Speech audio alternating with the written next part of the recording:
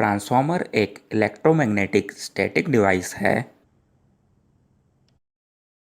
जिसमें input electrical form में होता है और आउटपुट भी इलेक्ट्रिकल फॉर्म में होता है और दोनों ही अल्टरनेटिंग फॉर्म में होते हैं। ज़्यादातर ट्रांसफॉर्मर को वोल्टेज का मान और करंट का मान चेंज करने के लिए इस्तेमाल करा जाता है। उदाहरण के लिए एक स्टेप डाउन ट्रांसफॉर्मर में दिया गया हाई वोल्टेज लो वोल्टेज में ट्रांसफॉर्म हो जाता है, जबकि दिया गया लो करंट हाई करंट में ट्रांसफॉर्म हो जाता है, क्योंकि दी जाने वाली और मिलने वाली पावर सेम होती है। ट्रांसफॉर्मर की वर्किंग हम एक सिंपल से एग्जाम्पल से समझ सकते हैं, जैसे कि अगर हम एक छोटे से वायर का टुकड़ा लें और इसे बैटरी से कनेक्ट कर दें। इससे वायर में करंट फ्लो होगा और उसकी वजह से इस कंडक्टर के आजू बाजू मैग्नेटिक फील्ड बन जाएगी। अगर कोई दूसरा वायर का टुकड़ा इस मैग्नेटिक फील्ड की अंदर आता है तो इस वायर में ईएमएफ इंड्यूस्ड होगा, जिसे हम गैल्वेनोमीटर की नीडल में डिफ्लेक्शन की वजह से देख सकते हैं। लेकिन कुछ देर बाद गैल्वेनोमीटर का डिफ्लेक्शन ज़ीरो हो जाएगा, क्योंकि दोनों ही कंडक्टर स्थिर हैं, जिसकी वजह से दूसरे कंडक्टर में ईएमएफ इंड्यूस नहीं हो पाएगा। इस प्रक्रिया को डायनेमिकली इंड्यूस्ड ईएमएफ कहते हैं और यह तब भी संभव है जब हम पहले कंडक्टर में से बैटरी को हटा दें, क्योंकि बैटरी के हटाने से करंट फ्लो होना बंद होगा, जिससे मैग्नेटिक फील्ड रिड्यूस होकर ज़ीरो होने की कोशिश करेगी और सेकंड कंडक्टर इस मैग्नेटिक फील्ड के कम होने का विरोध करेगा, जिससे अगेन इस कंडक्टर में ईएमएफ इंड्यूस होगा। इसे Faraday law of electromagnetic induction कहा जाता है।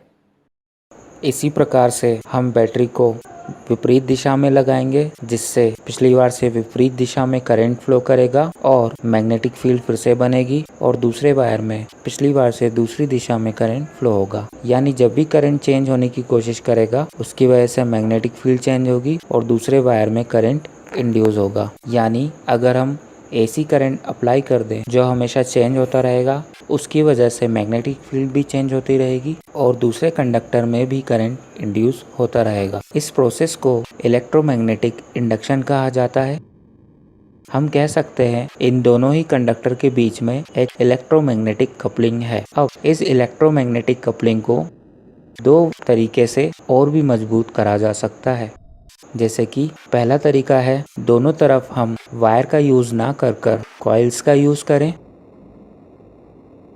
और दूसरा तरीका यह है कि हम इन दोनों कॉइल्स के बीच में मैग्नेटिक कोर रख दें, जिससे मैग्नेटिक फ्लक्स को लो रिलक्टेंस पाथ मिलेगा और मैग्नेटिक फील्ड आसानी से बन पाएगी।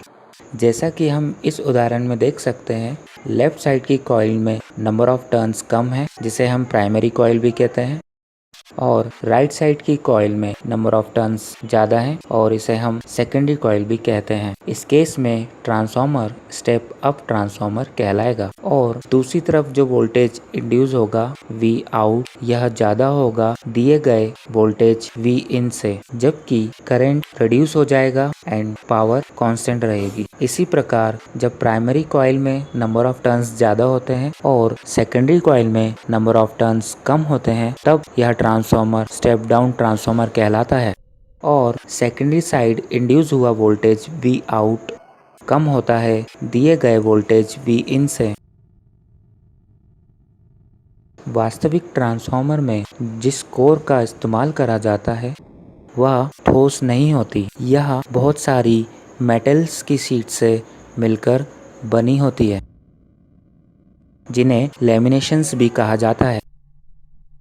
इस प्रकार की बनावट को एडी करंट लॉस को कम करने के लिए इस्तेमाल करा जाता है, जो कि कोर के अंदर होता है। जब कोर के अंदर मैग्नेटिक फील्ड बदलती रहती है, क्योंकि कोर का इस्तेमाल सिर्फ मैग्नेटिक फील्ड को लो रिलक्टेंस पाथ देने के लिए ही किया जाता है, लेकिन कोर के अंदर सर्कुलेटिंग करंट फ्लो होने लगता है, जिससे हीट उत्पन्न होती है और एनर्जी लॉस होती है, जिससे ट्रांसफार्मर की इफ़िशियंसी कम हो जाती है।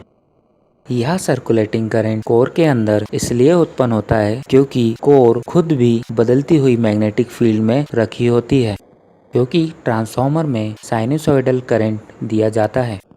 इस पावर लॉस से बचने के लिए ही कोर को लेमिनेट करा जाता है। यह लेमिनेशन हाईली परमिएबल मटेरियल की बनी होती है, यानी कि सिलिकॉन स्टील। पतली शीट का रेजिस्टेंस ज़्यादा होता है, जिसकी वजह से वह करंट के फ्लो को अपोज करता है और इससे सर्कुलेटिंग करंट कम हो जाता है। लेमिनेशन की मोटाई 0.25 mm से लेकर 5 mm तक हो सकती है, और क्योंकि स्टील एक अच्छा चालक है, जिसकी वजह से इन लेमिनेशंस को भी आपस में इंसुलेट करा जाता है, जिसके लिए हम वार्निश की एक पतली लेयर का इस्तेमाल करते हैं।